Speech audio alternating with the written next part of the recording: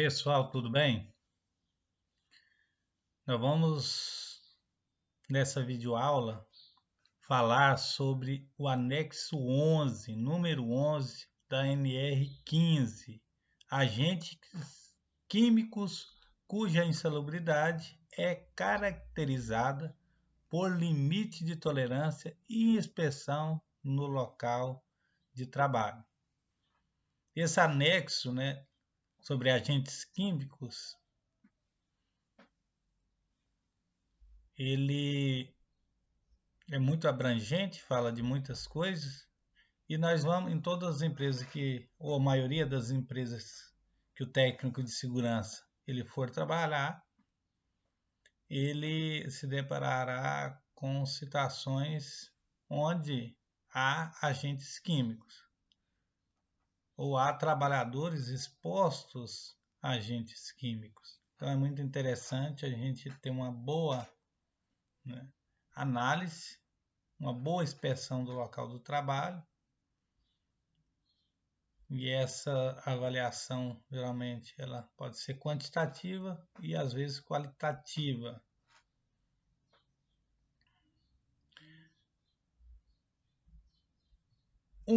Nas atividades ou operações nas quais os trabalhadores ficam expostos a agentes químicos, a caracterização de insalubridade ocorrerá quando forem ultrapassados os limites de tolerância constante no quadro 1 desse anexo. Depois nós vamos estar mostrando o quadro 1 desse anexo.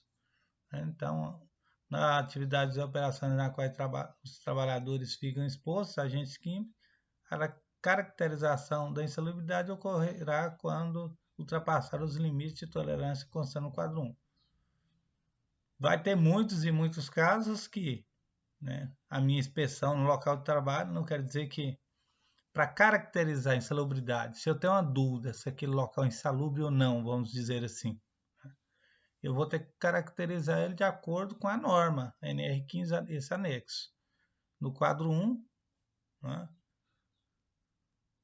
limites de tolerância. Porém, vai ter ambientes e vários ambientes que, por exemplo, tem risco cutâneo da pele. Usei uma luva para mexer com certo produto químico. Eu sei que aquela luva, eu sei que aquela vestimenta ou calçado protege a minha saúde. Tem casos e casos. Se vou trabalhar com amônia ou algo parecido, eu tenho que ter uma máscara diferenciada para aquele agente. Porém, se eu tenho alguma dúvida que aquele ambiente ou aquele cause algum dano ao trabalhador, para caracterizar um adicional de insalubridade, terei que analisar de acordo com a norma. 2. Todos os valores fixados no quadro 1, tabela de limite de tolerância, são válidos para absorção apenas por via respiratória. Então, bem focado nisso aí. Então, no quadro desse anexo, essa norma aqui, quando fala insalubridade, ou laudo de insalubridade, que teria que ser um engenheiro de segurança do trabalho, não um técnico de segurança do trabalho. Por exemplo, se eu estou num ambiente ele vai considerar só algo respirável. Se eu estou num ambiente onde tem muita amônia, ou trabalha com muita amônia, ou com algum outro produto químico, ácido, clorídrico, sulfúrico, ácidos, combustíveis, aí essa norma, então, ela vai estabelecer insalubridade ou constatar só para agentes respiráveis. Todos os valores fixados no quadro 1, como asfixiantes simples, determinam que nos ambientes de trabalho em presença dessas substâncias, a concentração mínima de oxigênio deverá ser 18% em volume. As situações nas quais a concentração de oxigênio estiver abaixo deste valor serão consideradas de risco grave e eminente.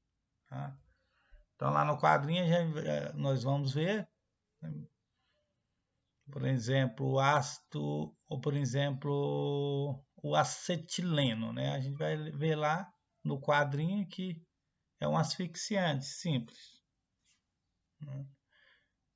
Aqui fala a concentração mínima de oxigênio deverá ser 18% em volume.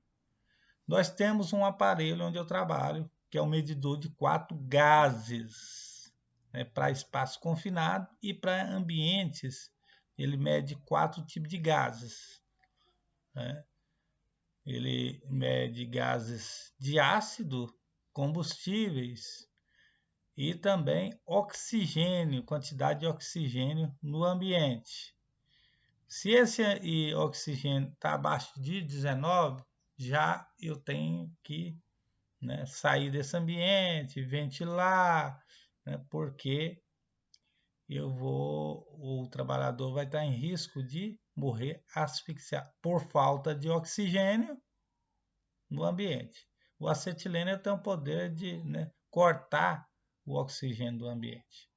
Por cento em volume. As situações nas quais a concentração de oxigênio estiver abaixo deste valor. Só um minuto.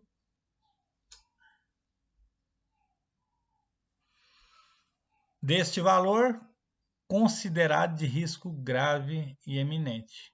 Então, né, abaixo desse valor, 18%, eu tenho meu aparelho, qualquer ambiente que eu vou, né, com o meu aparelho, ele vai detectar, ele vai até apitar o aparelho enquanto está abaixo dessa quantidade de oxigênio. Teve pessoas em certas usinas aí que morreram porque uma canalização deu um problema e tal.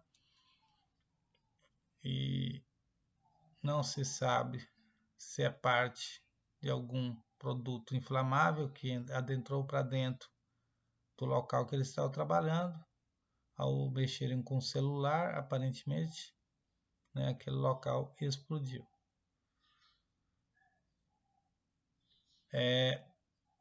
A questão aqui do oxigênio também, quando nós medimos no aparelho o ambiente, a atmosfera, ele vai acima de 23, abaixo de 18 aqui, ou 19, né? Abaixo de 19 e acima de 23% de volume, né?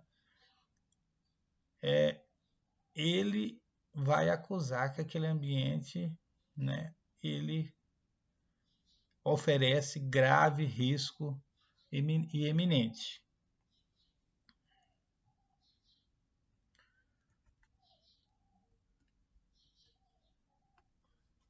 Na coluna valor teto do quadro 2 desse anexo, né, vai estar mostrando, estão assinalados os agentes químicos cujo limite de tolerância não podem ser ultrapassados em momento algum da jornada de trabalho. Na coluna de absorção, também pela pele, estão assinalados os agentes químicos que podem ser absorvidos por via cutânea ou pela pele, pelos orifícios da pele, das entradas. E, portanto, exigindo da sua manipulação o uso da luva de luvas adequadas, além do EPI necessário à proteção de outras partes do corpo.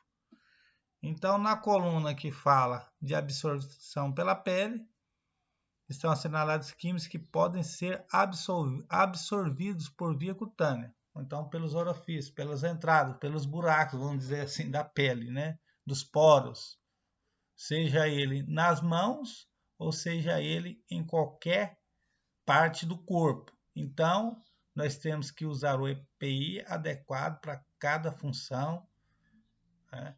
Se nessa coluna ou se o ambiente é caracterizado que ele causa só dano à pele, não é respirável, simplesmente eu vou, né, colocar o EPI adequado para aquela certa função. Seja ele líquido ou gasoso ou sólido, vamos dizer assim, a gente vai estar usando equipamento de proteção individual. Não necessitarei